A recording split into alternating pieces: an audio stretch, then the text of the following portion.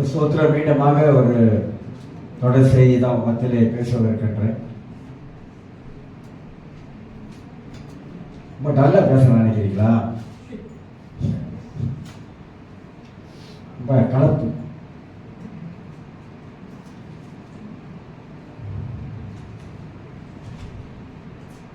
சங்கீதம் 1ஆம் சங்கீதத்தை நாம் மீண்டுமாக திருப்பிக் கொள்வோம். 1ஆம் சங்கீதம்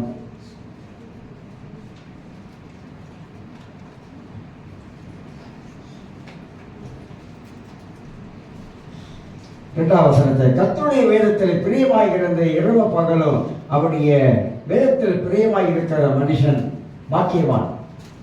இந்த பாக்கியவான் என்ற வார்த்தையை தான் மத்தியிலே நான் சொல்லிக் கொண்டு வரேன். பாக்கியவான் என்ற சொல், பாக்கியவான் என்று சொல்லு ஆசீர்வதிக்கப்பட்டவன் என்று சொன்னேன், மகிழ்ச்சியா வாழ்பவன் என்று சொன்னேன், அதிர்ஷ்டசாலி என்று சொன்னேன், செழிப்பானவன் என்று சொன்னேன், பிறர் புறவப்படும் அளவுக்கு வாழ்பவன் என்று சொல்லி மீண்டுமாக உங்களுக்கு ஞாபகப்படுத்துகிறது. இன்றைக்கு ஆதாம் குடும்பத்துக்குள்ளாக எப்படி பிசாசு நுழைந்தான் அப்படின்றது பார்க்க போறோம். ஆசீர்வாதமாக இருந்த குடும்பத்துக்குள்ளாக பிசாசு எப்படி நுழைந்தான், நுழைந்ததுனாலே அந்த குடும்பம் ஆசீர்வதிக்கப்பட்ட குடும்பமாக இருந்துச்சா, இல்ல அந்த குடும்பத்துல என்ன ஏற்பட்டது என்பதை குறித்து இந்த காலங்களிலே சுருக்கமாக சில காரியங்களை சிந்திக்கலாம் என்று எண்ணுகிறேன். நேற்று தினத்தில் எங்கள் அண்ணியுடைய ஓராண்டு நினைவு ஆராதனை வீடியோவில் செஞ்சாங்க. வியாழக்கிழமை அந்த ஜிபூர்லேருந்து வந்தேன் விடிகாலையில். அதனால தான் கலப்பாக இருக்கிறது, தூக்கம் இல்லை. ஒரு அற்புதமான காரியம் ஒன்று நடந்துச்சு. நான் தான் பிரசங்கம் பண்ணேன், விட்டு கொடுக்காம பேசினேன். அப்போ எங்கள் அண்ணா உட்கார்ந்துருந்தார். அவர் ஒரு 3 நிமிஷத்துக்கு 4 நிமிஷத்துக்கு ஒரு மாதிரி சிகரெட் குடிப்பார். நம்ம பார்த்துக்கிட்டே இருந்தேன், ஆனால் சிகரெட்டு குடிக்காம உட்காந்துருக்காரு அப்படின்ட்டு. பிரதேஷ் சங்கர் தான் அவனை பார்த்து அப்படின்னு. அப்போ அவன் சொன்னான், அவர்கிட்ட 1 வருஷம் ஆச்சு அப்படின்னு.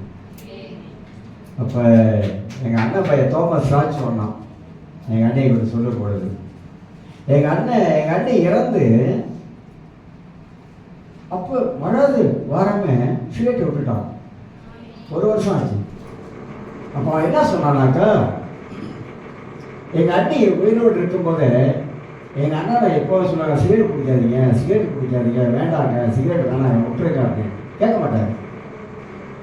ஆனால் அவங்க இறந்த பிற்பாடு அவருக்கு என்னமோ ஒரு தாக்கம் ஏற்படுச்சான்னு தெரியல, ஆனால் விட்டுட்டாரு. சிகரெட்டு 3 நிமிஷம் 4 நிமிஷம் சிகரெட் எடுப்பார் தெரியுங்களா? நானே ஆச்சரியப்பட்டுட்டேன். ஸோ அவங்க இருந்த காலத்தில் அவங்க ஜெபம் பண்ணியிருப்பாங்க நிச்சயமா, இவர் இதெல்லாம் விடலாம் அப்படின்னு. அவங்க இறந்த பிற்பாடு ஒரு அற்புதம் நடந்துச்சு. அது வரைக்கும் சந்தோஷப்படணும். அதனால தான் நேற்று சிறப்பாக சில காரியங்களாக நடந்துச்சு. அங்கிட்ட அலைச்சல்னால தான், வேற ஒன்றும். ஆதாம் குடும்பத்துக்குள்ளாக எப்படி பிசாசு நுழைந்தான் என்பதை குறித்து சில வார்த்தைகளை மத்தியிலே நான் பகிர்ந்து கொள்ள பிரயாசப்படுகிறேன். என்னோட விருப்பம் நீங்கள் எல்லாம் நல்லா இருக்கும், நீங்கள் ஆசீர்வாதமாக இருக்கணும், உங்கள் குடும்பம் ஆசீர்வாதமாக இருக்கணும். நீங்கள் நல்லா இருந்தால் சபை நல்லா இருக்கும், நீங்கள் நல்லா இருந்தால் நான் நல்லா இருக்கும். இதுதான். நீங்கள் தான் நல்லா இருந்தீங்கன்னா நானும் கொஞ்சம் சந்தோஷமாக இருக்கணும், கொஞ்சம் நல்லா இருக்கும். அதுதான் தேவனை விரும்பக்கூடியவராக காணப்படுகிறார். ஸோ அதனால் நீதிமொழிகள் 15ஆம் அதிகாரத்தை போய் திருப்பிக் கொள்வோம்.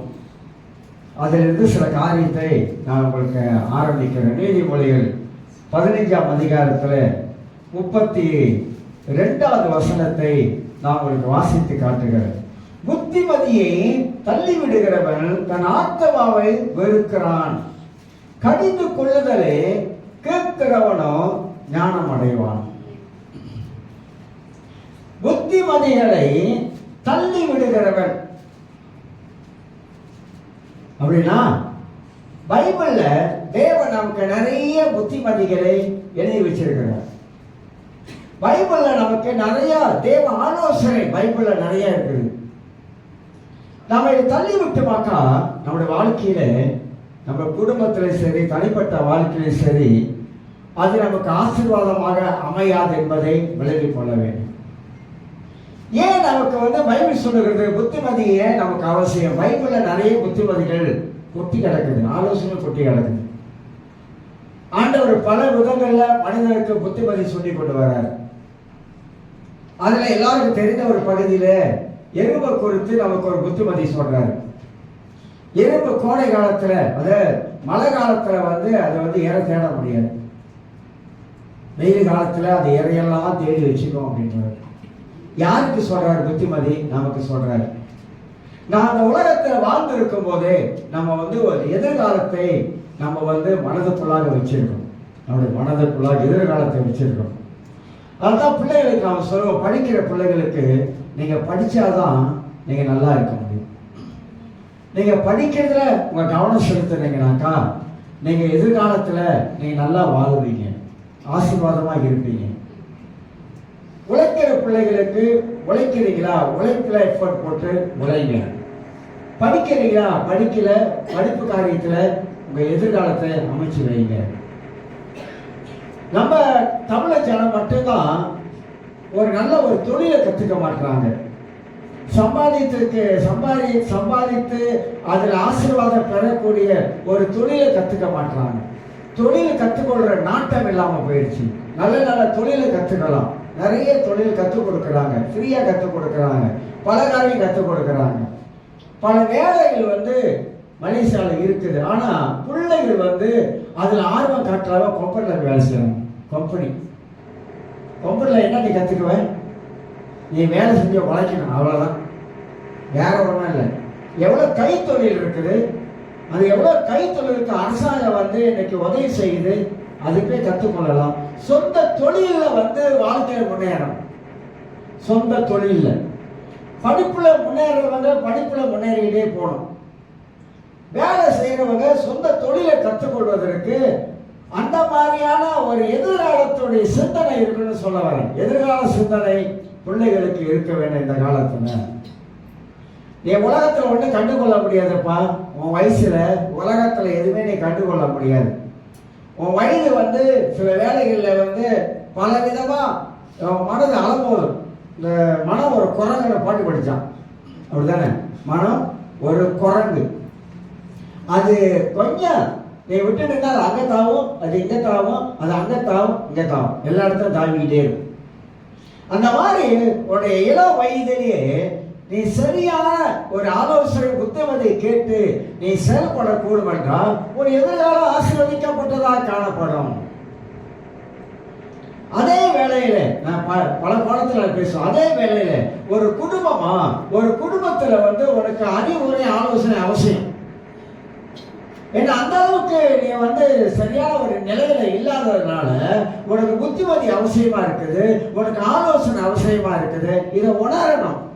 ஒரு குடும்பம் என்பது அது தேவனுடைய பார்வை ரெண்டு கண்ணு போல. அது ஆண்டவர் குடும்பத்தை அதிகமாக நேசிக்கிறார்.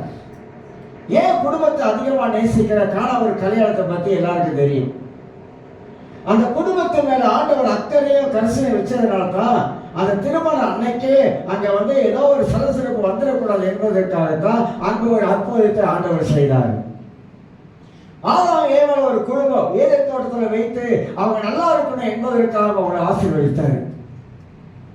ஆனா அந்த ஆசீர்வாதங்கள்லாம் இன்னைக்கு இல்லாம போவதற்கு என்னன்னு கேட்டீங்கன்னா அந்த குடும்பத்துக்குள்ளாக ரொம்ப தந்திரமா பிசாசு நுழைய ஆரம்பிக்கிறான் என்பதை நாம நன்றாக அறிந்து கொள்ள வேண்டும். அதே 15ஆம் அதிகாரம், நீதிமொழிகள் 15ஆம் அதிகாரம் 10ஆம் வசனத்தை நான் வாசித்து காட்டுகிறேன். நீதிமொழிகள் 15ஆம் அதிகாரம், திருப்பிக் கொள்ளுங்க. நீதிமொழிகள் 15 10ஆம் வசனத்தையும் வாசிக்கிறேன். வழியை விட்டு விலகிறவனுக்கு புத்திமதி விசாலமாக இருக்கும், கடிந்து கொள்வதை வெறுக்கிறவன் சாவான் போன்று.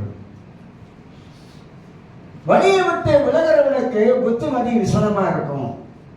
பைபிள் அப்ப வழியை விட்டு விலகிறியா? நீ வழியை விட்டு விலகும் பொழுது உனக்கு புத்திமதி சொல்லும் போது நீ அங்கதான் கொஞ்சம் யோசிக்கணும். எதுக்கு எனக்கு புத்திமதி சொல்றாங்க, நல்லதுக்கு சொல்றாங்க, நான் ஏதோ வழியை விட்டு விலகி போகிறேன்.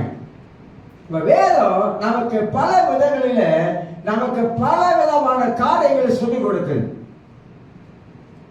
நமக்கெல்லாம் ஒரு பருவ வயசு இருக்குங்க.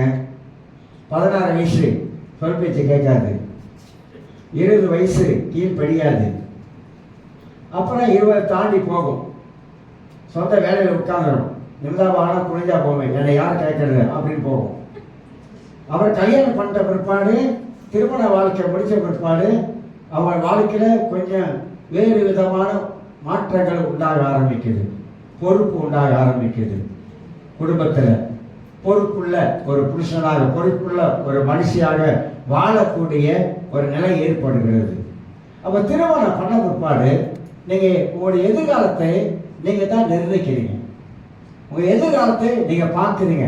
எதிர்காலத்தில் நாம் இப்படி இருக்கணும், எதிர்காலத்தில் மற்ற உண்பதாக நாம் இப்படி வாழ்ந்து காட்டணும் அப்படின்னு நீங்கள் தான் உங்கள் கையில் தான், எல்லாமே நம்ம கையில் தான் ஆண்டவர் வச்சிருக்கிறார். அப்போ ஒரு மனிதனுக்குள்ளாக சில திறமைகள் இருக்குது. ஒரு மனிதனுக்குள்ளாக மூளை இருக்குது. மூளை மூளை மூளை மண்ட மூளை இருக்குது. அந்த மண்ட மூளையை ஆண்டவர் பாய்க்க சொல்றாரு. உன் குடும்ப வாழ்க்கையில உன் மண்ட மூளையை பாவி, உன் வாழ்க்கையை சரியாக நீ நிர்ணயம் பண்ண, நீ நல்லா இருக்கணும்னு ஆண்டவர் விரும்புறாரு. உன் குடும்பத்தை சரியா கட்டு, அழகா கட்டு, நேர்த்தியா கட்டு. அது ஆசீர்வாதமா இருக்க வேண்டும் என்பது தேவனுடைய பார்வையில் விருப்பமா இருக்குது. உலக கிறிஸ்துவுக்குள்ளா வந்த பிற்பாடு நம்முடைய மென்டாலிட்டி மாறணும், மைண்ட் செட் மாறணும், இதெல்லாம் மாறணும். கிறிஸ்துக்குள்ள வந்த பிற்பாடு நான் இன்னும் பூஜான், கல்யாணம் பண்ணியே பூஜானா, உன்னை கோஜான் ஆக்கணும். நீ கல்யாணம் பண்ணி பூஜான் இல்லை, கல்யாணம் பண்ணிட்ட, உனக்கு ஒரு குடும்பத்தை நீ அமைச்சு கொண்டு வர. அந்த குடும்பத்தை எப்படி அமைச்சு கொண்டு வரணும்னு உனக்கு தெரியாதா? இல்லை 4 பேர் சொல்லணுமா உனக்கு? சொந்த நமக்கு அறிவு இல்லை, சொந்த ஞானம் இல்லை நமக்கு. இப்படிதான் வாழ்க்கையை நம்ம வாழணும், இப்படிதான் வாழ்க்கையை அமைத்துக் கொள்ள வேண்டும் அப்படின்றது நமக்கு தெரியாதா? தெரியும். ஆனா நம்ம அதுல கவனம் செலுத்தாம நம்ம போக ஆரம்பிக்கிறோம். அதனால்தான் வசனம் எல்லாம் இப்படி நமக்கு போதிக்கிறது. எவ்வளவு சில காரியங்கள் வேதத்துல நம்ம படிக்கும் போது ஆண்டவர் நல்ல நல்ல காரியங்களை கர்த்தர் நமக்கு சொல்லிக் கொடுக்கிறார். 127 சங்கீதத்தையும் கொஞ்சம் திருப்பி கொடுங்க. 1ஆம் வசனத்தை வாசிக்கிறேன். 127 சங்கீதம் 1ஆம் வசனத்தை வாசிக்கிறேன். அதுல இருந்து பைபிள் படிச்சதான் நமக்கு வார்த்தைகள் விளங்கும். கர்த்தர் வீட்டை கட்டாராகில் அதை கட்டுகிறவர்களின் பிரயாசம் விருதான். முதல்ல கர்த்தர் சொன்னேன், நான் சொன்னேன். முதல்ல கர்த்தர் தான் வீட்டை கட்டணும். கட்டுறாரு. எப்படி கட்டுறாரு? நம்மளை கொண்டே வீட்டை அழகா ஆண்டவர் கட்டுறாரு. கட்டுவதற்கு வேண்டிய ஞானம் கர்த்தர் நமக்கு தராரு. பைபிள்ல பாருங்க, நல்லா இருந்த குடும்பம் இருக்குது, அதே வேளையில தமிழ் வார்த்தை நல்லா இருக்காது சொன்னாக்கா. நல்லா இருந்த குடும்பம் இருக்குது, அப்புறம் நாசமா போன குடும்பம் இருக்குது, நாடி போன குடும்பம் இருக்குது. பைபிள்ல சொல்றேன், பைபிள்ல இருக்குது, அப்படி இருக்குது. அப்ப ஆண்டவர் அவர் நம்முடைய குடும்பத்து மேல அக்கறை இருக்கிறதுனால தான் நாம எல்லாம் குடும்பமாக அந்த குடும்பத்தை ஒரு சீராக சரியாக கட்டி எழுப்ப வேண்டும் என்று கர்த்தர் விரும்புகிறார். சிலர் பாருங்க, பிள்ளைகளுக்கு அளவுக்கு மிஞ்சி செலவு கொடுப்பாங்க, ரொம்ப ரொம்ப செலவு கொடுப்பாங்க. ரொம்ப பிள்ளைகளை பத்தி எதுவும் சொல்லிடக்கூடாது. பிள்ளைகளை சொல்லிட்டா தாங்காது, யாரு இவங்களுக்கு தாங்காது. பிள்ளைகளை எது சொல்லிட்டாங்க, ஏன்னா சின்னதுல பிள்ளை அளவுக்கு மிஞ்சி செல்லம் கொடுக்கறதுனால அந்த புள்ள கண்டுகொள்ளும், தெரிஞ்சுக்கோ. அந்த பிள்ளைக்கு எங்க அம்மா அப்பா என் மேல ரொம்ப செலவு, என்னை அடிக்கவே மாட்டாங்க, அடிக்காமலே வளர்க்குறாங்க அப்படின்னு தெரிஞ்சுக்கும். அப்புறம் போக போக அது வேலையை அது காட்டும். அப்ப இதெல்லாம் நம்முடைய வாழ்க்கையில சரிப்படுத்தணும்னு சொல்ல வர, சரிப்படுத்தும். ஆனா ஆதாமுடைய குடும்பத்துக்குள்ளாக எப்படி சாத்தான் நுழைந்தான் என்பதை தான் இப்ப நான் 11 காரியங்களை உங்களுக்கு நான் பேச போறேன். ஆதாமுக்குள்ள எப்படி அந்த குடும்பத்துக்குள்ளாக பிசாசு நுழைந்தான் என்பதை பார்ப்போம். கிறிஸ்துவ குடும்பங்கள் சீர்குலைந்து போகிறது. ஆதாம் குடும்பத்துக்குள்ளாக சாத்தான் நுழைந்து ஒரு குடும்பத்தில் ஒரு சீர்குலைவை உண்டாக்கலாம், பயங்கரமான ஒரு சீர்குலை உண்டாக்கலாம். அவனோட ஹேம் என்ன தெரியுங்களா? குடும்பத்தை அடிச்சிடும். குடும்பத்தை அடிச்சா குடும்பம் உடஞ்சிடும். குடும்பத்தை அடிச்சா அந்த குடும்பத்துக்குள்ள பிரச்சனை உண்டாயிடும். குடும்பத்தை அடிச்சா கணவன் மனைவிக்குள்ளாக ஒற்றுமை போயிடும். குடும்பத்தை அடிச்சாக குடும்பத்தில் சந்தோஷம் போயிடும். குடும்பத்தை பிடிச்சிக்கிட்டாக்கா ஆட்டி படைச்சிடலாம். எல்லாம் குடும்பத்துக்குள்ளதான் இருக்கு. அதனால தான் பிசாசு ரொம்ப தந்திரமாக ஆதாமுடைய குடும்பத்துக்குள்ளாக உள்ள நுழைஞ்சு ஏவாளை பிடிச்சிட்டான். டக்குனு ஏவாளை பிடிச்சோடனே ஏவாளை பிடிச்ச கைகளை போட்டான். கைகளை போட்ட கையோட ஏவாள் ஆதாமு கிட்ட சொன்ன வார்த்தையெல்லாம் வித்தியாசமா காணப்பட்டதுனால அங்க என்ன நடந்தது? அந்த குடும்பத்தில் ஒரு பெரிய பிளவு உண்டாயிருச்சு. குடும்பத்துல பெரிய பிளவு உண்டாயிருச்சு. பிளவு உண்டானதுக்கு யார் காரணம்? 2 பேர் தான் காரணமா இருந்தாங்க.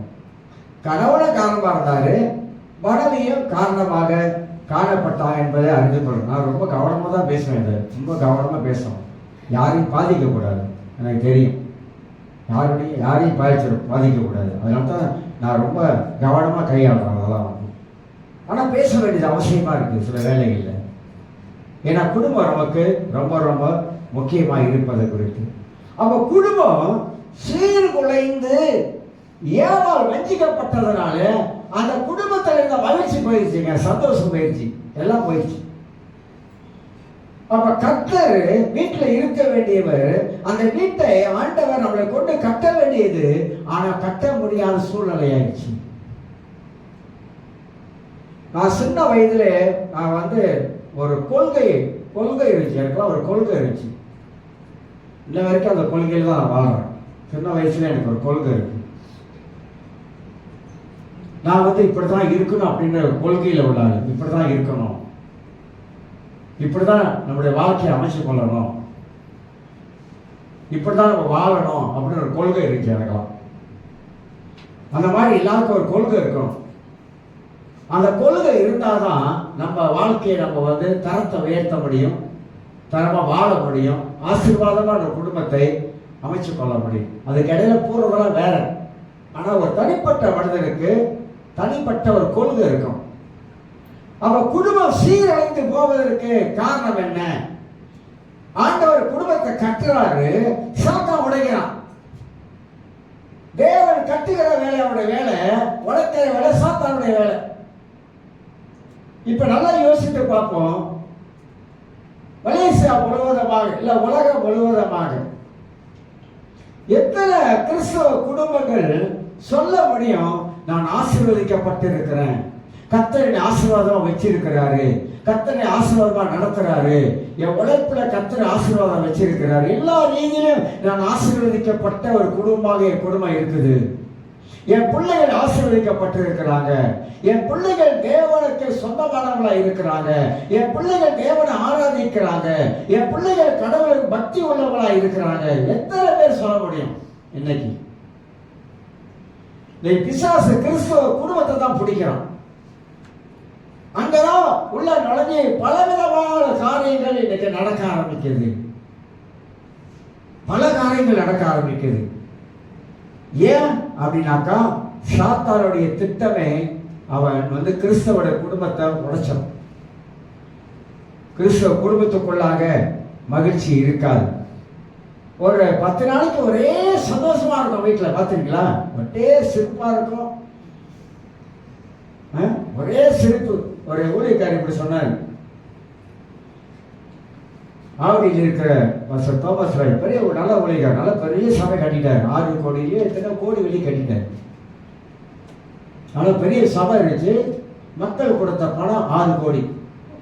அதுக்கு மேல அது போனிச்சு, கட்டிட்டார். கட்டி முடிச்சா ஒரு திருப்பவாசி தான் இறந்தார். அவர் ஒரு ரூபா சொன்னாரு, ஊழியத்துல இந்த கிராம பகுதியில் ஊழியம் செய்யும் பொழுது அவர் ஆத்தும ஆதாயம் பண்ணுவார். இப்போ பக்கத்து வீட்டில் ஒரு குடும்பம், கடவுள் அறியாத குடும்பம், எப்போ பார்த்தாலும் சண்டையம். பயங்கரமா சண்டையான். அவர் தண்ணி போட்டு வருவாராம். மனைவி வந்து தரத்தை வீட்டை சுத்தி சுத்தி அடிப்பாராம், சுத்தி சுத்தி வெட்ட வரான், சுத்தி சுத்தி வெட்ட வரான். மறுநாள் பார்த்தா 2 பேரும் கை கொத்துட்டு வருவோம். எப்படி மறுநாள் 2 பேரும் கை கொத்துட்டு வருவான். இவர் நினைப்பாராம், நம்ம போய் ஏதாவது பேசியிருந்தாக்கா கடைசி என்ன ஆகும்? நேற்று அடிச்சுக்கிட்டாங்க, நேற்று பிரச்சனை இருந்துச்சு, இன்னைக்கு பார்த்தா 2 பேரும் கை கொத்துட்டு வருவாங்க. இதுதான் 3வது ஆளு நுழையவே கூடாது. குடும்ப பிரச்சனையில இந்த 3வது ஆளா நுழைஞ்சா நம்ம தான் மூக்கோடையும். அவங்க ஒன்று சேர்த்துக்குவாங்க, கடைசியா யார் ஆயிடுவான்? நம்ம தான் வழிகாடு ஆயிடும். அதனால இந்த குடும்ப இதில் வந்து ரொம்ப கவனமா இருக்கணுங்க, ரொம்ப கவனமா இருக்கணும். ஒரு நாள் என் நண்பர் ஒரு சொன்னார், எஸ்டேட்ல பார்த்தீங்கன்னா எல்லாம் அந்த காலத்துல பழகு வீடு தானே எஸ்டேட்ல. இந்த பழகு வீட்டில் சின்ன சின்ன வாட்டர், வீட்டுக்காரு வீட்டு உள்ள போயிருக்கிறாரு. கொஞ்சம் லேசா தண்ணி போட்டு வீட்டுல போயிருக்கேன். வீட்டில் ஒரே சத்தமா தட்டா குட்டா கட்டா அட்டா உடையலாம், இன்னும் உழுவுதான் உடையலாம். இவரு ஹாய் பண்ணுவியா, ஹாய் அப்படி பண்ணுவியா, ஹாய் இப்படி பண்ணுவியா அப்படின்னாராம்.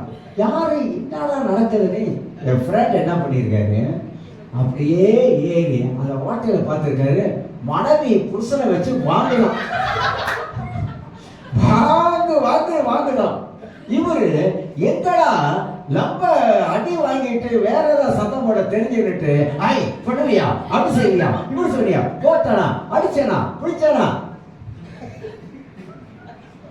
அந்த மாதிரி தெரியக்கூடாதுன்றதுக்காக இந்த மாதிரி பார்க்கிறோம். உலகத்துல முழுவதுமாக குடும்பங்கள்ல நான் பார்க்கும்போது பல சங்கட்டமான காரியங்கள் ஏற்படுகிறது. உலகத்தை விட்டுருவோம், ஆனா கிறிஸ்தவ குடும்பத்திலேயே நான் பார்க்கும்போது பலவிதமான துயர காரியங்கள், சங்கட்டமான காரியங்கள் இதெல்லாம் குடும்பத்துக்குள்ள நடப்பதை பார்க்கும். கணவன் சரியா இருந்தா மனைவி கொஞ்சம் கோணையா இருக்கும், மனைவி சரியா இருந்தா கணவன் வந்து அதை விட கோணையா இருப்பாரு, 2 பேரும் சரியா இருந்தா பிள்ளைகள் கோணையா இருக்கும்.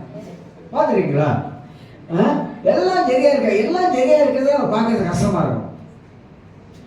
இப்படிதான் இந்த கிறிஸ்தவ குடும்பங்கள்ல பலவிதமான காரியங்கள் பிசாசு வந்து உள்ளே தந்திரமாக நுழைஞ்சுக்கிறான். அதுதான் சொல்றேன், சாத்தானுக்கு வீட்டுல இடம் கொடுக்கவே கூடாது, இடம் கொடுக்கவே கூடாது. பிசாசுக்கு நம்ம வீட்டுல இடம் கொடுத்துட்டாவாக்கா அவன் வந்து இடம் பிடிச்சிடுவான். இடம் பிடிச்சுக்கிட்டா குடும்பம் குடும்பமாக இருக்காது. நான் இதுதான் அடிக்கடி சொல்லுவேன். அடிக்கடி என்ன சொல்லுவேன், அதாவது முதல் காரியம், குடும்பம் சீர்குலைவதற்கு என்ன காரணம் சொல்றேன். குடும்பம் ஏன் சீர்குலைஞ்சு இருக்குது, அதுதான் முதல் காரணம். எதனால சீர்குலையுது, இதெல்லாம் காரணங்கள். அதுக்குத்தான் நம்ம சொல்லுவோம், அடிக்கடி சொல்லுவோம், நம்ம வீட்டுல வந்து ஒரு ஜெபம் பலிபீடம் இருந்துச்சுனாக்கா நம்ம ஜெபிக்க ஜெபிக்க ஜெபிக்க, ஏன்னா சாத்தான் தாக்குவான், நம்ம குடும்பத்தை தாக்கத்தான் அவன் வந்து எல்லாம் பிளான் பண்ணி வச்சிருக்கான். அப்ப அந்த குடும்பத்துல ஒரு பலிபீடம் கட்டாமையே இருக்கக்கூடும் என்றால், அந்த குடும்பத்துல ஜெபமே இல்லாம இருக்கக்கூடும் என்றால், நம்மளை தாக்குவது சாத்தானுக்கு ரொம்ப இலகு, ஈஸியா தாக்கும். ஆனா அந்த குடும்பத்துக்குள்ளாக நீங்க டெய்லி வந்து நீங்க ஜெபிக்க ஜெபிக்க ஆரம்பிக்கும் போது இந்த சாத்தான் வந்து உங்க குடும்பத்துல நுழையறதுக்கு ரொம்ப ரொம்ப கடினப்படும், பிளான் பண்ணுவான், திட்டப்படும், முயற்சி எடுப்பான், ஆனா நுழைய முடியாது. ஏன் தெரியுங்களா? உங்க ஜெபம் அவர் வேலையை அடைக்குது. அதுக்கு தான் நான் சிஸ்டர் டோர்த்திக்கிட்ட சொன்னேன், அந்த அவர் ஃபாதர் ஜெபம் அது கொண்டாந்து வீட்டில் வச்சுட்டு, பரமண்டலங்களில் இருக்கிற எங்கள் பிதாவை நாம பரிசுத்தப்படுவதாக, தூக்கத்துக்கு முன்னுக்கு அதையாவது ஜெபம் பண்ணிட்டாது போங்க அப்படின்னு இதெல்லாம் மனசுல வந்து சொல்றேன். நான் யோசனை பண்ணிக்கிட்டே இருந்தேன், என்ன செஞ்சா இந்த மக்களை வந்து இந்த ஜெபிப்பதற்கு, வீட்டில் ஜெபிப்பதற்கு என்ன வழி செய்யலாம் அப்படின்னு யோசனை பண்ணிக்கிட்டே இருக்கும் போதுதான், சரி இந்த ஜெபத்தையாவது நம்ம எழுதி கொடுத்தாவது அல்லது வீட்டில் ஒட்டியாவது இந்த தூங்கும் போது போய் எல்லாம் சேர்ந்து பரமண்டலம் இருக்கிற எங்கள் பிதாவை நாம பரிசுத்தப்படுவதாக, அதையாவது ஜெபம் பண்ணிட்டு போய் படுக்க மாட்டாங்களா? அப்பனா என் மனசுல என்ன இருக்குன்னு யோசிங்க, என்ன இருக்குன்னு யோசிங்க. ஏன் இவ்வளவு எஃபர்ட் போடுறோம், ஏன் இவ்வளவு முயற்சி எடுக்கிறோம், எதனால எடுக்கிறோம்? இந்த குடும்பம் நல்லா இருக்கணும் என்பதற்காக, உங்க குடும்பம் நல்லா இருக்கணும் என்பதற்காக. சின்ன சின்ன பிரச்சனை வரும், அதெல்லாம் பெருசு இல்லை, சின்ன பிரச்சனை வரதான் செய்யும். பிரச்சனை இல்லாத குடும்பம் இல்லை, உண்மைதான். சின்ன சின்னது வரும், வந்தால் நல்லது. அப்போதான் நம்மளும் கொஞ்சம் என்ன பண்ணுவோம், நம்மளோட கேரக்டர்ல கொஞ்சம் மாறும், கொஞ்சம் மாற்றி அமைக்கிறதுக்கு உதவியா இருக்கும். அதெல்லாம் வர்றது நல்லதுதான். ஆனா அளவுக்கு மிஞ்சி வருதுல, அது தடுக்கணுமா இல்லையா? இப்ப ஜெபிக்கணும், ஆண்டவரே எங்க குடும்பத்தை நேர்த்தியை கட்டுங்க ஆண்டவரே, நாங்க எடுக்கிற வருமானத்தை கரெக்டா செலவு பண்ண உதவி செய்யுங்க ஆண்டவர். நாங்கள் ஜெபூருக்கு போயிருந்தப்ப நான் சிஸ்டரை உட்காந்துருந்தாங்க. நான் சொன்னேன், இந்த இதில் டாய்லெட்டுக்காரங்க வந்து வேலை செய்கிறாங்க. நாங்கள் உட்காந்து சாப்பிட்டு இருக்கும்போது அப்படி பார்த்தேன், வெள்ளை சோறுங்க, வெள்ளை சோத்தை வச்சு எனக்கு மனசு ரொம்ப அப்படியே சங்கடமாச்சு. வெள்ளை சோத்தை வச்சுட்டு ஒரே ஒரு சைவருங்க, அது என்ன சைவர் தெரியல, ஒரே சைவர் தான். அது நான் பார்த்தேன், கண்ணால் பார்த்தேன், பக்கத்து மேலே தான்.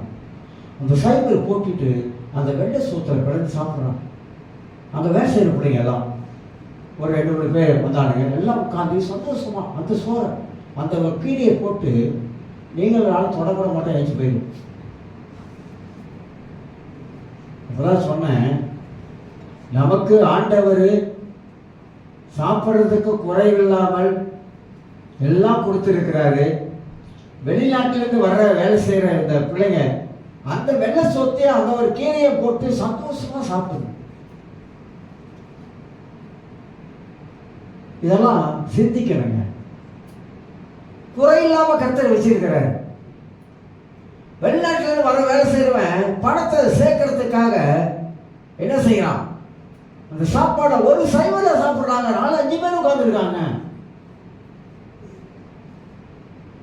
பரிதாபமா இருக்கு உண்மையிலே. மனசு எனக்கு அவ்வளவு சங்கடமாயிருச்சு. அப்ப நம்ம குடும்பங்கள் ஆசீர்வதிக்கப்படுவதற்கு ஆண்டவர் எவ்வளவு ஆசீர்வாதங்கள் கொடுத்திருக்காங்க. உங்க வேலையில குறைவாங்க, உங்க வருமானத்துல குறைவாங்க, சொல்லுங்க பார்க்கலாம். நீங்க யோசிங்க, உங்க வருமானத்துல குறைவா, நீங்க வேலை செய்யறது கடவுளால் கொடுக்கப்பட்ட வேலையை நீங்க வேலை செய்யறீங்க. ஆனா அந்த வருமானத்தை நாம எடுத்து, ஆண்டவரே இந்த வருமானம் எனக்கு கொடுத்துருங்க. அந்த காலத்துல நாங்களாம் வந்து வேலை செய்யற காலத்துல சம்பளம் எடுத்தாதான் முட்டி போட்டு கவர்ல பிரிக்க மாட்டோம், முட்டி போட்டு முன்னுக்கு வச்சுட்டு ஆண்டவரே இந்த வருமானத்தை ஆசீர்வதித்தீங்க ஆண்டவரே சொல்லிட்டு அதுல இருந்து முதல் எந்த கடன்காரனுக்கும் காசை கட்ட மாட்டாங்க. அதுல இருந்து ஒரு பகுதி எடுத்து ஆண்டவருக்கு எடுத்து வச்சுட்டு தான் மீதி பணத்தை எடுத்து செலவும். என் வாழ்க்கையில செஞ்சிருக்கேன், இன்ன வரைக்கும் செய்யறோம் அப்படிதான். ஏன்? கடவுளுக்குரியது, கடவுள் கொடுத்த பணம் கடவுளுக்குரியது. மற்றதெல்லாம் பிற்பாடு பார்க்கறது, பிற்பாடு செய்யுது. அப்ப நம்முடைய வாழ்க்கையில நம்முடைய உழைப்பு சம்பாதியத்துல வருகிற அந்த வருமானத்தை குறித்து நமக்கு அக்கறை இல்லாமலே வாழ்றோம் பாருங்க. அதை குறித்த ஒரு பாரம் இல்லாமலே வாழ்றோம் பாருங்க. வாழ்க்கை கூட இருக்கணும்னு அமைக்காம வாழ்றோம் பாருங்க. இன்னைக்கு கிடைக்கிறத இன்னைக்கு தின்னு தீர்த்தரும், இன்னைக்கு உழைக்கிறத இன்னைக்கு முடிச்சிடும்.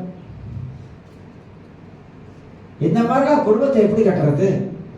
குடும்பத்தை கட்ட முடியாதுங்க, குடும்பத்தை கட்ட முடியாது. வசனம் சொல்லுகிறது, நாளைக்கு உங்க பிள்ளைகளுக்கு பெற்றோராக நீங்கள் கொஞ்சம் வச்சுட்டு போகணுன்ற, சேர்த்து வைக்கணும். பிள்ளைகளுக்கு கொஞ்சம் சேர்த்து வைக்கணும் பைபிள் சொல்லுதுங்க. நான் சொல்ல, பைபிள் சொல்லுது, நீதிமொழிகள் சொல்லுது. நாளைக்கு ஒரு பிள்ளைங்க வைப்பா, எங்க அப்பாவோட சொத்துங்க எங்க அப்பா சேர்த்து வச்சிருக்காரு, எனக்குன்னு வச்சிருக்காரு. எத்தனை பேர் உலகத்துல பாக்குறோம்?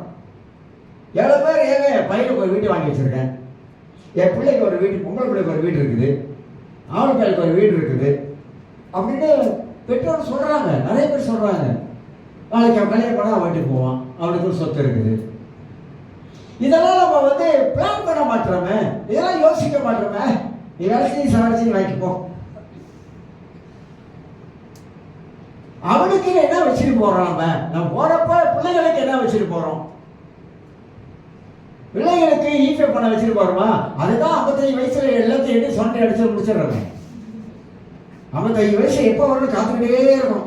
வந்த கையோட எல்லாத்தையும் அது உள்ள இருக்கிறது எல்லாத்தையும் அள்ளி போட்டுக்கிறது, பேங்கில் போடுறது. அங்கே வட்டி கூட, பேங்கில் வட்டி போடுறது, அதெல்லாம் யோசிக்க மாட்டோம். அங்கே இருந்தால் கொஞ்சம் சேஃபாக இருக்கும். எந்த கிழமை வந்து எவனை காசை தேட மாட்டான், அது சேஃப்டியாக இருக்குது. வட்டி காசு கூட இப்போ வந்து எவ்வளோ பாருங்கள், எவ்வளோ இன்ட்ரெஸ்ட் போட்டு விட்டான், எவ்வளோ காசு இருக்கவங்களுக்கு எவ்வளோ போட்டு விட்டான். வச்சுருந்தா 1 லட்சம் வழி வச்சுருந்தீங்க, 2 லட்சம் வழி ஈஃபியோட வச்சுருந்தாக்கா அதுக்கு இன்ட்ரெஸ்ட் எவ்வளோ தருமா? அதெல்லாம் யோசிக்க மாட்டோம், அப்படி பிளான் பண்ண மாட்டோம், எல்லாத்தையும் எடுத்துறது. அப்படி கொஞ்சம் கொஞ்சமாக கொஞ்சம் கொஞ்சமாக கொஞ்சம் கொஞ்சமாக இந்த இடையில 10,000 எடுங்க அப்படின்னா எல்லாம் பூந்துச்சுங்க. ஆர்டிஸ்ட் 4 நம்பரு அப்படின்னு சொல்லிட்டு எல்லாம் போது 10,000 நம்ம காசு தானே, நம்ம காசு உங்கள் காசு தான், வேற ஊர் விட்டு காசா, உங்கள் காசு தான். அதை எடுத்துறது. அதை எடுத்துட்டு நான் சொல்றேன், காசு தண்ணி மாதிரி கரைஞ்சிடும், தண்ணி மாதிரி போயிடும். அதை எடுத்துட்டு உடனே அதை வாங்குறது இதை வாங்குறது அதை வாங்குறது இதை வாங்குறது எல்லாம் வாங்கி கடைசியா மூத்தா முடிச்சு. ஏன்னா யோசிக்கிறது இல்லை. அது இருந்தா நமக்கு தேவை, அது இருந்தா நமக்கு அவசியமா இருக்கும். யோசிக்கிறது இல்லை. எவ்வளவு வந்தாலும் நமக்கு பத்த மாட்டுதான். ஆமா பத்த மாட்டுதான், எவ்வளவு வந்தாலும் பத்த மாட்டுது. உண்மை உள்ள மனிதன் பூர்ண ஆசீர்வாதம் பெறுவான். உண்மை உள்ள மனிதன் பூர்ண ஆசீர்வாதம் பெறுவான். அதனால நம்முடைய வாழ்க்கையில பாருங்க, இந்த குடும்பத்துல பற்றாக்குறை ஏன் வருதுன்னா நம்மளாலதான் பற்றாக்குறை வருது. எனக்கு கையில் 1000 வழி கொடுத்து ஒரு மாசம் ஓட்டுனா அற்புதமா ஓட்டுவேன், அற்புதமா ஓட்டுவேன். என்னால் முடியும், பணத்தை மேனேஜ் பண்ண முடியும். வீட்டை விட்டு வெளியே வர மாட்டாங்க, உங்களுக்கு தெரியாது. உண்மையா சொல்றேன், திங்கட்கிழமை வீட்டை விட்டு வெளியேற மாட்டேன், செவ்வாய்க்கிழமை வீட்டை விட்டு வெளியேற மாட்டேன், போக மாட்டேன். கடைக்கு டவுனுக்குலாம் எங்கேயும் போக மாட்டேன், எங்கேயும் போக மாட்டேன், வீட்டில் இருப்பேன். ஏன்? நான் வெளியே போனா எனக்கு தெரியும் நிச்சயமா செலவாகும், போக மாட்டேன். உங்களை மாதிரி எங்களால் இருக்க முடியுமா? பேச முடியாது. ஏன் முடியாது? ஏன் முடியாதுன்ற முடியாத ஒன்றும் இல்லை. நம்ம தான் கண்டதையை வாங்கிறோம். டிக்டாக் அதை பார்த்தா டிக்டாக் ஹிக்டாக் ஹைடாக் டிக்டாக் வரிசையா வந்துகிட்டே இருக்கும். அப்படித்தானே வரும், வரிசையா வரும். தேவையானது வாங்குங்க, நான் வேணாம்னு சொல்லலைங்க, தேவையானதை வாங்குங்க, தேவையானதை வாங்கிக்கங்க, இல்லைன்னு சொல்லலை. ஆனால் கணக்கு பண்ணி பாருங்க, டிக்டாக்ல எவ்வளோ காசு போகுதுன்னு கணக்கு பண்ணி பாருங்க. கணக்கு பண்ணணுங்க, எல்லாம் கணக்கு பண்ணி தான் நம்ம செய்யணும். கர்த்தரை வந்து இந்த பூமியில உங்களை என்னையும் ஆசீர்வாதமா வாழ சொல்லியிருக்காரு. ஆனா பிசாசு வந்து நம்ம என்ன பண்றான், இதெல்லாத்தையும் நம்ம வாழ்க்கையில கொண்டாந்து வச்சிடறோம். அப்ப முதலாவது குடும்பம் ஏன் சீர்குலையுது? இன்னைக்கு கிறிஸ்துவ குடும்பங்கள் ஏன் சீர்குலைந்து போகுது? எதனால சீர்குலைந்து போகுது? மைண்ட் செட்டை மாத்துங்க, இந்த மைண்ட் செட்டை மாத்துங்க. இந்த மனதை புதிதாக்கிறத பற்றி நான் பைபிள்ல படிச்சு கொடுக்குறேன். ஏகப்பட்ட சக்தி அதில் இருக்குங்க. இந்த மைண்டை மாத்துறதுல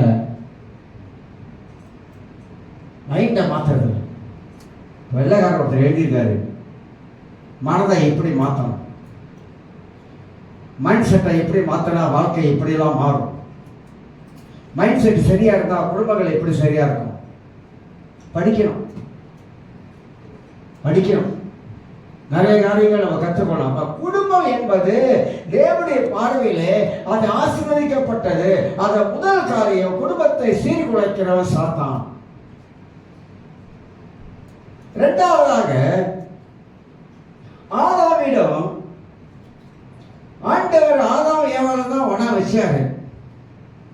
ஆனா என்ன பிரச்சனை அப்படின்னாக்கா, ஏவாள் சொன்னதை ஆதாம் கேட்டார். நல்ல ஆதாம், அருமையான மனுஷன். ஏதாவது எழுத்து பேசினாரா? எதுவுமே எழுத்து பேசல.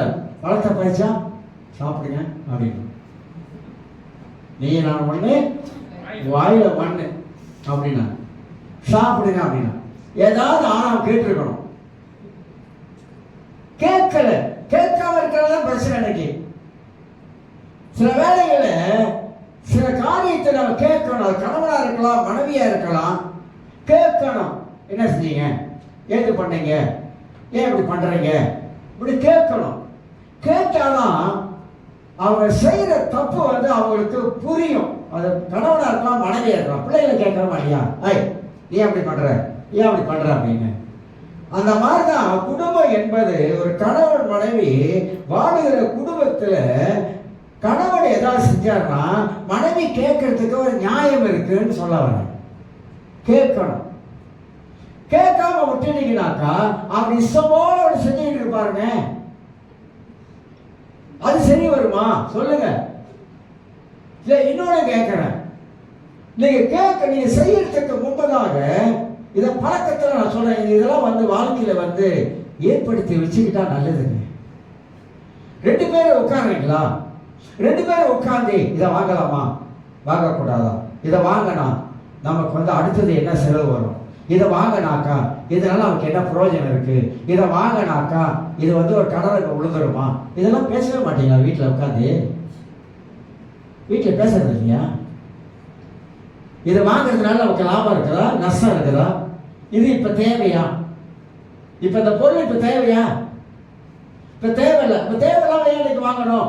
அப்ப 2 பேரும் உட்காந்து பேசுறேன், தேவையில்லைங்க, வேண்டாம், வாங்க வேணாம், இப்ப அதுக்கு வாங்கினாக்கா இவ்வளவு காசு வேணும், இவ்வளவு காசு நமக்கு இப்ப முடியாது. அது காரா இருக்கலாம், வீடா இருக்கலாம், எதா இருக்கலாம், எதுவா இருக்கணும், எல்லாம் ஒரு திட்டம் போட்டு தான் நம்ம வாழ்க்கையை நடத்தணும்னு சொல்ல வரேன். திட்டம் போட்டு வாழ்க்கையை நடத்தணும். ஏன்னா எல்லாத்துக்கும் பணம் தான் அடிப்படையா இருக்குது. இந்த பண பற்றாக்குறை மனுஷ வாழ்க்கை வந்துருச்சுனாக்கா அது சமாதானத்தை குறைச்சிடும். குடும்பத்துல பல பிரச்சனை உண்டாக்க விட்டுரும் அந்த பண பிரச்சனை. அப்ப அதை எப்படி செய்யலாம் என்பதை 2 பேரும் உட்கார்ந்து பேசுற குடும்பம் தான் சரியான குடும்பமாக கட்ட முடியும். இல்லைன்னா நான் சம்பாதிக்கிறேன், என் பணம் நான் செய்வேன், என்ன கேட்கிறேன், அந்த மாதிரி மென்டாலிட்டிலாம் மாத்தலாங்க, உடனே அந்த மாதிரி மென்டாலிட்டிலாம். ஏன் பணம், ஏன் பணம், உன் பணம். அப்ப உன் மனைவி அவங்க யாரு, உன் மனைவி தானே. அப்ப ஏன் அதை பிரிச்சு பேசுறோம், ஏன் அதை பிரிச்சு பேசுறோம்? ஒரே குடும்பத்துல பிரிச்சு பேசுவோம்.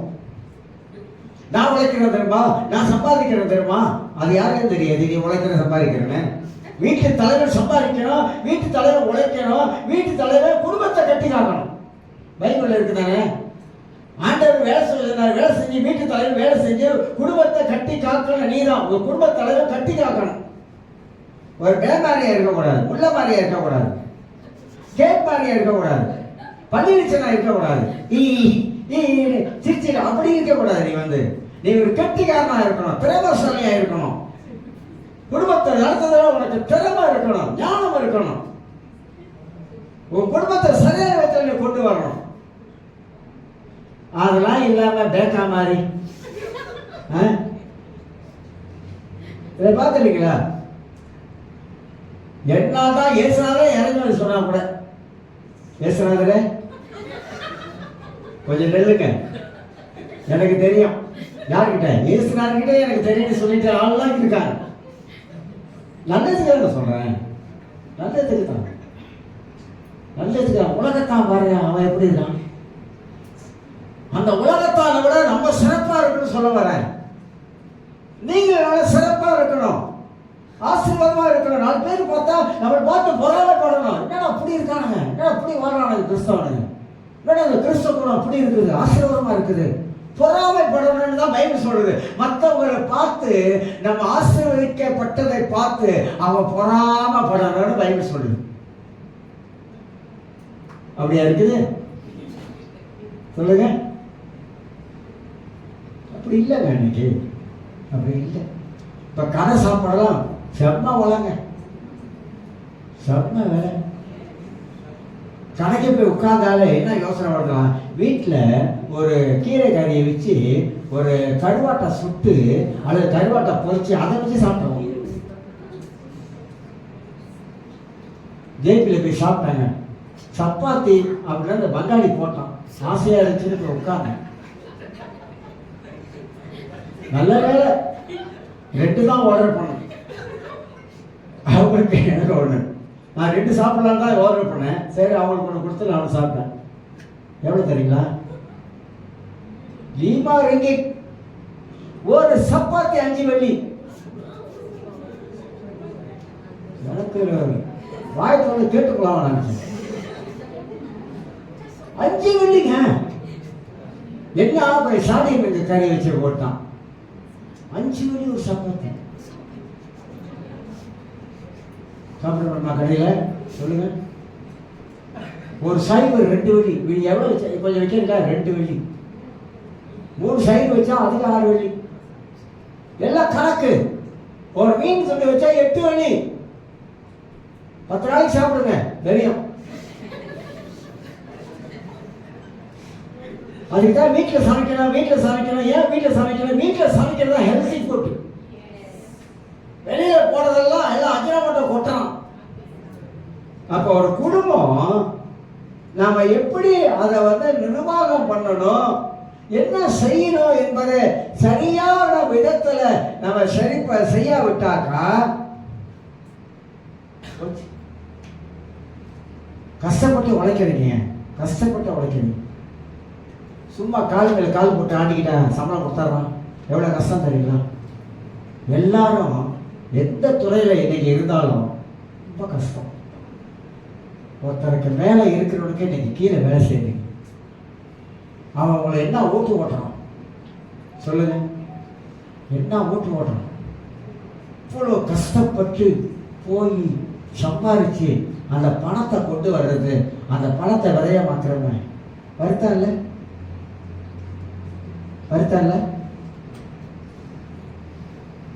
இதெல்லாம் நம்ம யோசித்து நீங்க செஞ்சு பாருங்க. பைபிள்ல ஒரு வாலிபன் பணக்காரனா இருந்தான். வாலிப வயதிலே பணக்காரன். அவன் எப்படி சம்பாதிச்சு எடுத்து வச்சிருப்பான்? இந்த பணக்காரன் இயேசுகிட்ட கேட்கிறான், ஆண்டவரே நித்திய ஜீவனை பெறுவதற்கு என்ன செய்ய வேண்டும்? என்கிட்ட எல்லாம் இருக்குது. இயேசு சொல்றாரு, நீ முதல்ல கற்பனையை கை கொடுப்பா. அதெல்லாம் என் சொந்த விரல்ல வச்சிருக்கிறேன். 10 கற்பனையை சொந்த விரல்ல வச்சிருக்கிறேன். அப்படியா? இன்னொரு போட்டார் பாரு அவனுக்கு, உங்ககிட்ட நீ பெரிய பணக்காரன் ஐஸ்வர்யவான்ல, நீ பணத்தை தடுத்தருக்கு கொடுப்பா, கொடுத்துட்டு என்னை பின்பற்றி வா அப்படின்னாரு. அவனால முடியல. பணம் இயேசுவை பின்பற்றி வர்றதுக்கு ஒரு தடை. பணம் அவசியம் இல்லைன்னு சொல்ல வரல. ஆனா அவன் ஏற்பிரமாணத்தின் கட்டளைகளை அவன் கை கொண்டிருந்தாலும், ஆனா அவனுக்குள்ள ஒரு தடை இருந்துகிட்டே இருக்குது. அவன் கடவுளுக்கு ஆண்டவர் சொல்வதை அவன் கேட்டு செஞ்சிருந்தானாக்கா அவன் அதை விட பன்மடங்கு ஆசீர்வதிக்கப்படுறான்.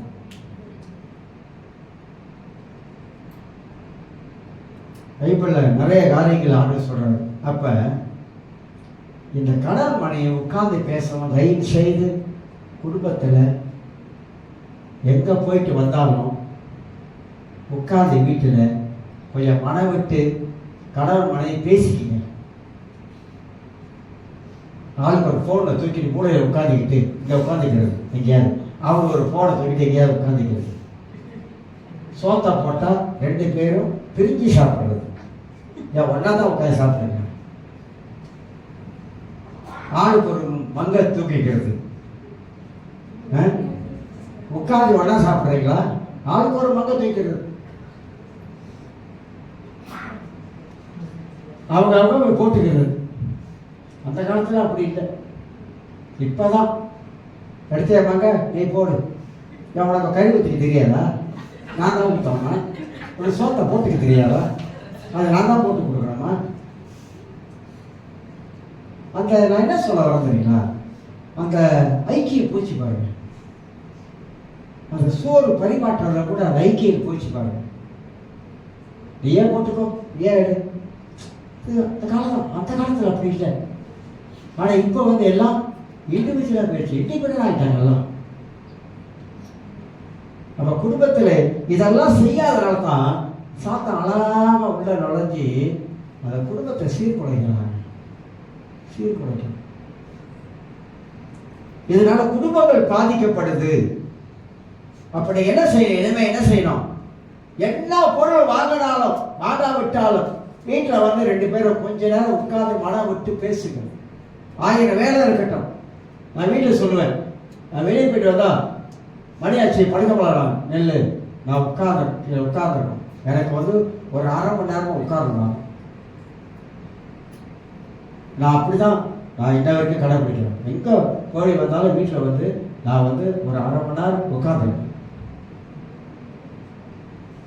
இதை பழக்கிக்கணும். அப்போதான் பேசலாம், ஒருத்தர் பேசலாம். பேசிக்கிட்டு சண்டை எடுத்துறாங்க. இப்போ அப்படிதான் என்ன நினைக்கிறாங்க பசங்க, உங்களுக்கு தெரியாது சார், நான் அவர்கிட்ட பேச முடியாது சார். என்னங்க கேட்டா என்ன அப்படின்னு கேட்குறாங்க. என்னங்க அப்படின்னு கேட்டா என்ன இப்போ என்ன சொல்ல போகிறேன் அப்படின்னா எப்படி பாச நான் பேசுறது? அப்படியே பார்த்துருக்கீங்களா? பேசும்போதே சண்டை வந்துடும். பேசிட்டே இருப்பாங்க, புகை அப்படியே காதில் வந்துடும். புகை மண்டைக்கு மணி அடிக்காத அப்படின்னு அவர் சொல்லுவார். இவங்க சொல்லுவாங்க, நான் மண்டைக்கு மணி அடிக்கல, நான் உண்மையை சொல்றேன் கேளுங்க. கேட்கறதுக்கு மனம் இல்லை, கேட்கறதுக்கு மனம் இல்லை, பொறுமையா கேட்கறதுக்கு மனம் இல்லை. இதெல்லாம் வாழ்க்கையில விட்டுருங்க. எவ்வளவு காலங்க, எவ்வளவு காலம் இப்படி வாழ போனோம்? எவ்வளவு காலம் இப்படி இருக்க போறோம்?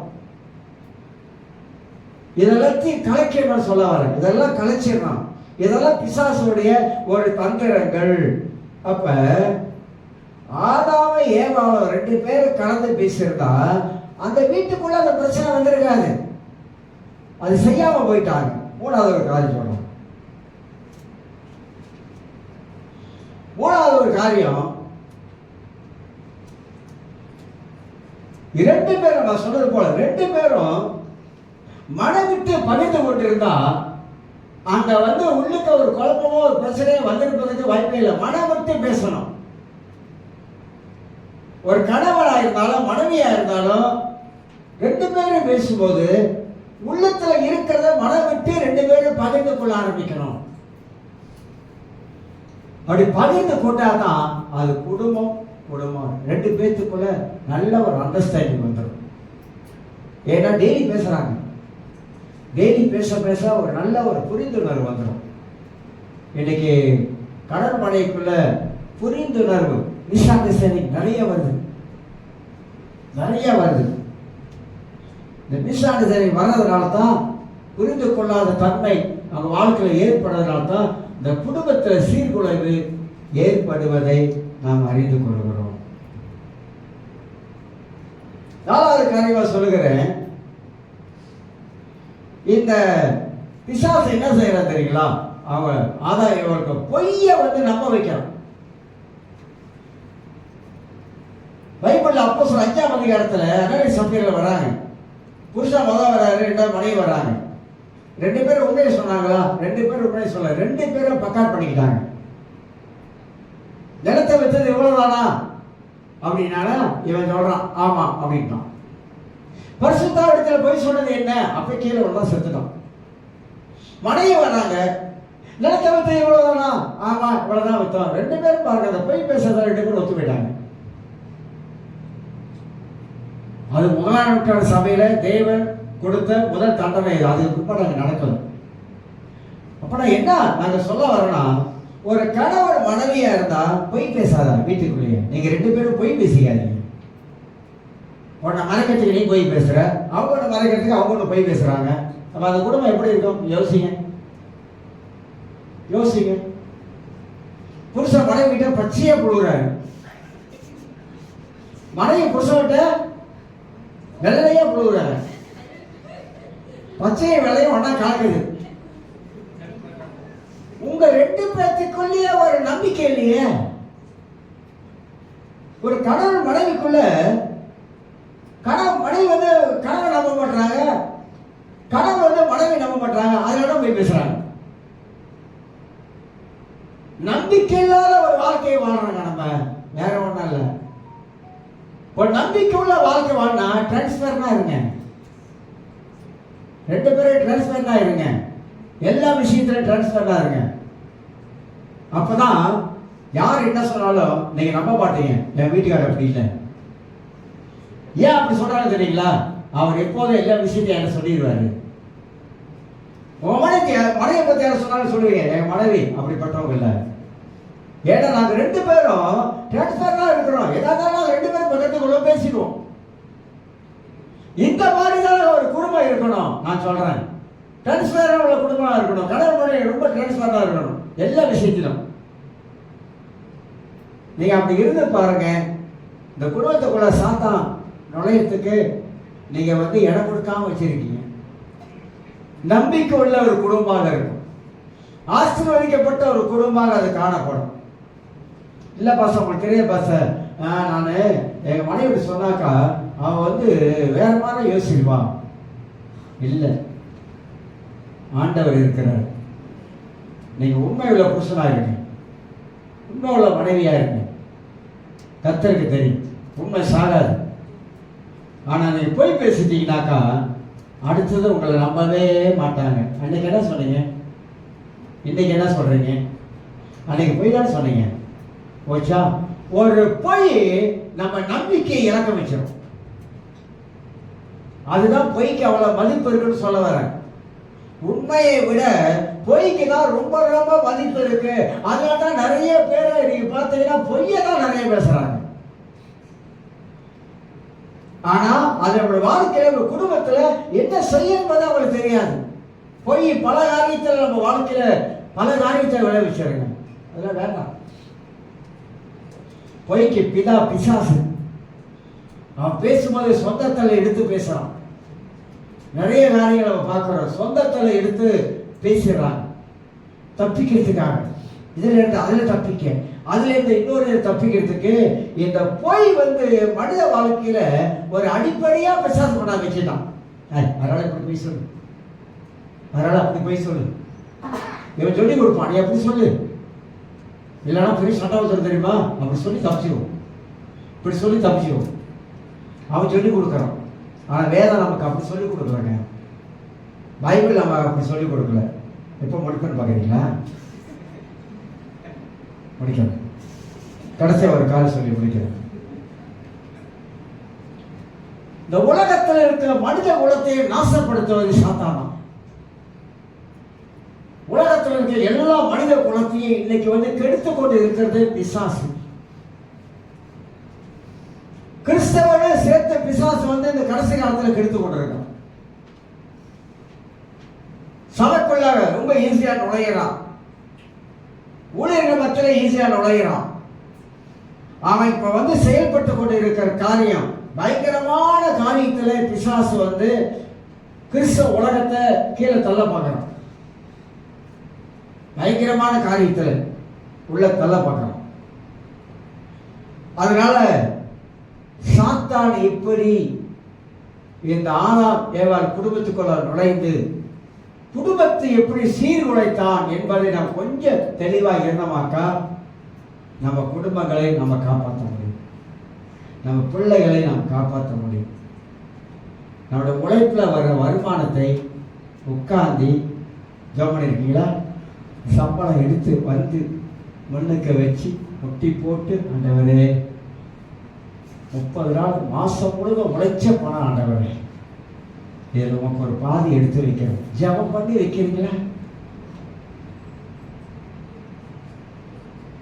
ஒரு நிமிஷம் உழைச்ச பணத்தை கொண்டாந்து வச்சு ஜெபம் பண்ணி நம்மளால ஆண்டவருக்கு கொடுக்க வேண்டியதை வைக்க முடியும்.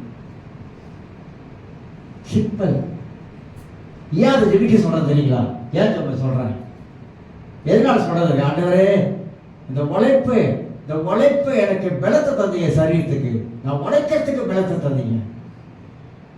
ஆனா அந்த பணம் எனக்கு ஆசீர்வாதம் கொடுத்துருக்கீங்க. ஆனா அந்த ஆசீர்வாதத்துல ஒரு பகுதி நான் கொடுக்குறேன் ஆண்டவரே, என்னுடைய காரியத்தெல்லாம் வைக்க செய்யுங்க. செஞ்சு பாருங்க. அந்த பெட்டனை கொண்டு வாங்க, அதை முறைக்கு கொண்டு வாங்க. வீட்டில் முட்டி போட்டு ஜெபம் பிள்ளைங்க பார்ப்பாங்க. எங்கள் அப்பா சம்பளம் கொண்டாந்து வீட்டில் முழங்கால் பண்ணிட்டு ஜெபிக்கிறாரு, ஜெபித்து கடவுளுக்கு கொடுக்க வேண்டியது எடுத்து வைக்கிறாரு. அதை செய்யணுங்க, அதை செய்யணும். அதை எடுத்து வச்சுட்டு மற்ற வேலையெல்லாம் நீங்கள் பாருங்க. நம்ம மாதத்தை கர்த்தர் அற்புதமாக அப்படியே நடத்தி கொண்டு போவார். இந்த சொல்லி முடிக்கிறேன். இந்த ஜூன் 1ஆம் தேதி சேர்ச் அனிவர்சரிக்கு எனக்கு சில ஆசைலாம் இருந்துச்சு. வர ஊழியக்காரங்களாம் கொஞ்சம் கவனம் பண்ணணும், அப்படிலாம் செய்யணும் அப்படின்னு ஆசை இருந்துச்சு. 30 வருஷம் ஆச்சு, 30 வருஷத்தில் செய்யலாம். ஆனால் பணம் பட்ஜெட் நமக்கு வந்து இவ்வளோதான் பட்ஜெட்னு ஒரு இது வச்சுருக்கோம், அதை தாண்டி போகக்கூடாது. ஆனால் ஒரு பாஸ்டர் போன கையோட பாஸ்டருக்கெல்லாம் கிஃப்ட் நான் வாங்கி கொடுக்குறேன் அப்படின்ட்டார். ஏதோ ஒரு கிஃப்ட் எல்லாத்தையும் நான் வாங்கி கொடுக்குறேன் பாஸ்டர் அப்படின்ட்டார். நிறையா வாங்கி கொடுத்துருக்காரு. கீச்சா இதுலேருந்து என்னென்ன வாங்கி கொடுத்தா எல்லாம் லைக் பண்ணுறதுதான் இருக்குது. அப்புறம் பார்த்தேன். அப்புறம் நான் ஒரு உடுப்பு தைச்சேன், வச்சுட்டேன். ஒரு போட்டு தச்சு கொண்டாந்து வச்சிருக்கேன். நீங்களா அதான் போடலான்னு நினச்சேன். ஆனால் அதை போடலை. அதை போடலை. ஏன் சொல்கிறது தெரியுமா? நீங்கள் வந்து ஈர பேனாக்கி பேனை பெரும்பாலும் பார்த்துருக்கீங்க, அதனால தான் சொல்கிறேன்.